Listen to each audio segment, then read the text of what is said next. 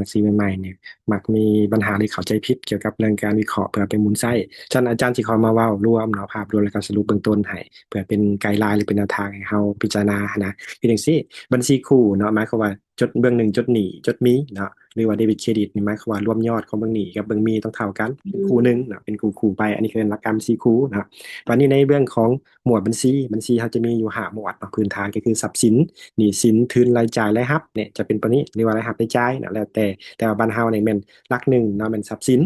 กับหนี้กับอันหลักสองเนาะทรัพย์สินหมุนเวียนและบ่หมุนเวียนนี่รวมเป็นทรัพย์สินเนี่ยจะมีเคลื่อนไหวยอดเรือเนาะเบื้องนี้แล้วก็เพิ่มขึ้นเนาะแล้วก็ลดลงเบื้องมีนี่เด็มันจะเป็นมีหมายความว่านี่มีนี่บ่อยากให้แปลเนาะให้เข้าใจว่าเป็นสื่อเบื้องคือถาว่าเนาะถาเครื่องหมายบวกสินะเขาเห็นว่า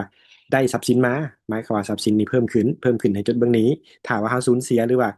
สายทรัพย์สินออกไปจากกิจการนะหมายความทรัพย์สินเขาจะลดลงก็ลดลงให้จดอยู่ตรงนี้เนี่ยจะเป็นลักษณะนี้หมายความว่าเป็นเส้นทางเดินของมันคือกฎจราจรเท่านั้นแหละเนาะว่าเอาควรเดินทางใดตอนท้ายทางขึ้นทางรองสิให้ฮู้ไปถูกต้องคือต่อมาก็นี้รายจ่ายกันถ้าสมมติว่าเฮาซื้อเครื่องเนาะซื้อเครื่องใช้สินะถือเป็นรายจ่ายเนาะค่าน้ำค่าไฟสมมติว่าซื้อจ่ายค่าน้ำค่าไฟเป็นรายจ่ายแต่ว่าได้บินมาแล้วเกิดมีรายจ่ายแสดงว่ารายจ่ายเพิ่มขึ้นเนาะเพิ่มขึ้นก็หมายความเพิ่มอยู่ตรงนี้นี่ถ้ารายจ่ายลดลงกับลดอยู่ตรงนี้ประมาณนี้เนาะ ถ้าหนี้สินก็คือกันสมมติว่าเขามีหนี้สินเนาะหนี้สินก็เพิ่มขึ้นเบื้องนี้ลดลงเบื้องนี้แสดงว่าเขาซื้อเครื่องซื้อของเนาะซื้อยังกระยาเวลาได้เครื่องมาแล้วแต่ยังไม่ได้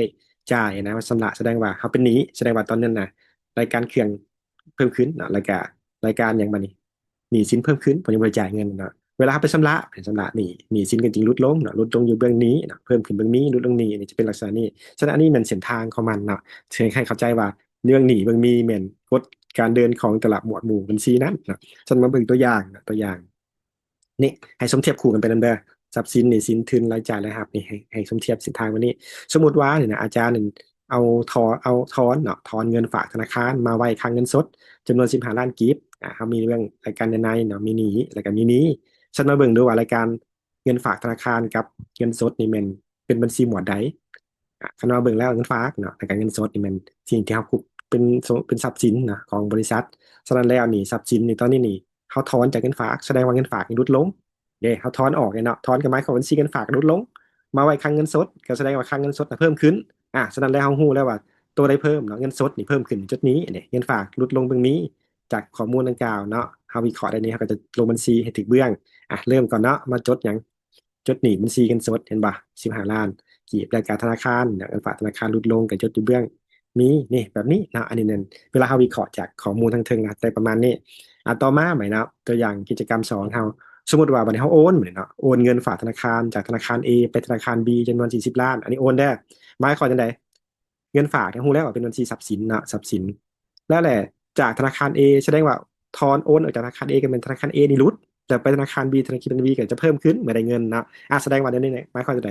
ธนาคาร B นี่เพิ่มขึ้นเงินจดอยู่เบื้องนี้เพราะเป็นบัญชีทรัพย์สินนะเงินฝาก เงินฝากธนาคาร A ได้ลดลงแสดงว่าจดอยู่ตรงนี้เนี่ยมันก็วิเคราะห์ตามกฎหมู่สั้นหลังจากเขาวิเคราะห์แล้วเขาก็มาจดกับตารางบัญชีของเขาเนาะเอาเดจดหนี้บัญชีเนาะเงินฝากธนาคาร B นะอยู่ B แล้วก็จดมีเนาะบัญชีเงินฝากธนาคาร A เขาก็ทำการวิเคราะห์อย่างสี่ไปเนาะในแต่ละหมวดดังกล่าวฉะนั้นขอต่อไปเนาะเรามาเบิ่งดูกรณีขายสินค้าได้ครับเราซื้อเนาะกรณีซื้อสินค้าได้ครับสินค้าอะไรจำนวน100 ล้านไว้ได้เป็นสามมือนี้เขาชี้บันทึกเป็นบัญชีอะไร